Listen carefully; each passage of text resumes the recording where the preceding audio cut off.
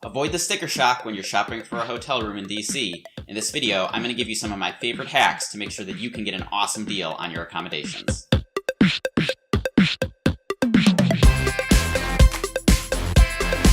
Hello, welcome to Trip Hacks DC. My name is Rob. I'm a tour guide here in the nation's capital. If you're coming to town and you're looking for the best tips, tricks, and hacks for exploring the city, please make sure to subscribe to this channel so that you don't miss anything. And if you're looking for a cool personalized tour experience, you can head on over to triphacksdc.com after this video to see the tours that I offer. If you've ever gotten a great deal on a hotel room in DC, leave a comment on this video and let me know where you stayed and what kind of deal you got. The most important thing that I can tell you about getting a great hotel rate in DC is that you can either be lucky or you can be very strategic about the dates that you pick for your trip. The price of hotel rooms, just like everything else in life, is driven by supply and demand. In a given year, the supply of hotel rooms is basically fixed, but the demand can change, and sometimes very substantially. Hotel pricing in DC is basically a function of the number of leisure travelers and the number of business travelers in town on any given date. Leisure travel is easy to predict. Most tourists come to Washington, D.C. during summer vacation when the kids are on break from school, generally between Memorial Day and Labor Day. Spring break can get pretty busy too. On the other hand, it's really hard for the average person to predict when there are going to be a lot of business travelers in town, especially because some conferences and conventions can bring literally thousands or tens of thousands of people into DC for a single event. One of the biggest mistakes I think a lot of people make is that they jump on an airfare sale when they see cheap plane tickets, but then they lock themselves into dates before they check for accommodations. Okay, so now that we've covered that, let's head over to my computer and I'll show you exactly what to do to pick the best dates for your trip. Okay, now unfortunately, this hack isn't going to work for every hotel chain, but it does work particularly well for Marriott, so I'm going to use their website for this example. Now when you go to find a room, you usually enter your destination, how many rooms you need, how many people are going to be staying there, and your check-in and check-out dates. Now instead of entering specific dates, I can use this button that says Flexible Dates, and then select a month, say July, when I think I might want to take my trip. When I search this way, instead of it pulling up a list of hotels and showing me the rates based on my check-in and check-out, it just shows me a general list of hotels.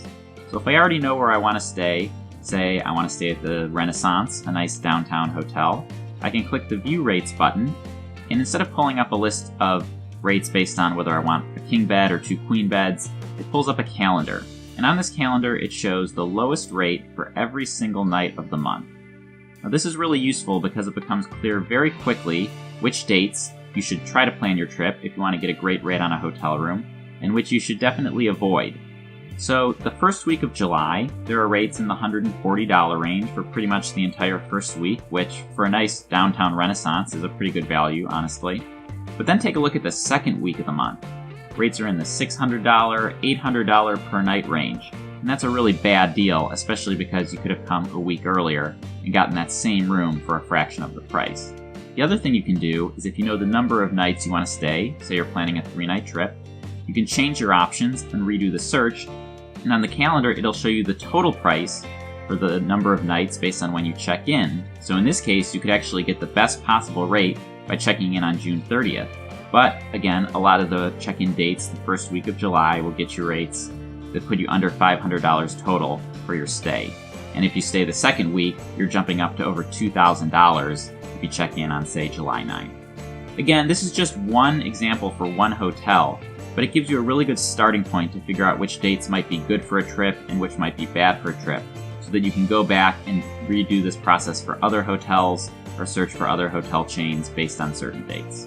The next tip I have for getting a great rate on a hotel in DC is to book directly through the hotel and book a refundable rate. There are a lot of third-party booking websites out there like Priceline, Hotels.com, Booking.com, and they all want you to think that booking through them will get you the best rate on a hotel, but it really isn't usually the case. Hotels really don't want you to use those websites because when you do, the hotel has to pay a commission to the website. Some hotel chains are actually taking this a step further by offering lower rates than on those websites if you create an account with their rewards program and log into it before you book. Even when you book directly through the hotel at the lower rate, they still make more money compared to having to pay a commission to the third-party booking website. The other thing I mentioned is to book a refundable rate, which seems counterintuitive to a lot of people, because when you're booking a hotel, you'll almost always notice that they give you a better deal if you prepay and pick the non-refundable rate. There are 2 main reasons to avoid doing this. The first is just practical. Sometimes life throws you a curveball and you have to cancel your trip.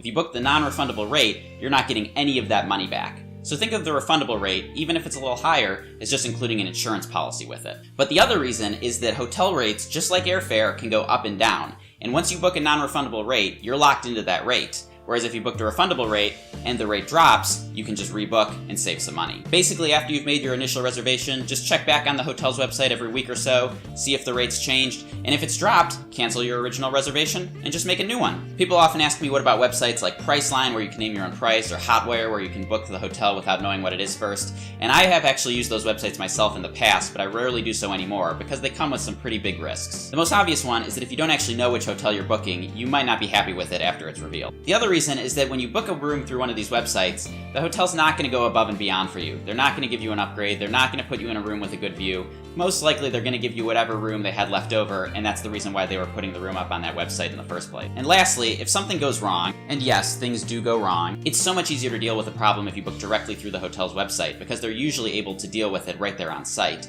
give you a refund or a partial refund if you need one, whereas if you book through a third-party website, you have to deal with an extra middleman. The last tip I have for this video is to use a cashback website to get a little bit of a rebate when you book a hotel. I like websites like Ebates and TopCashback because they'll give you a little bit of a rebate when you book through them.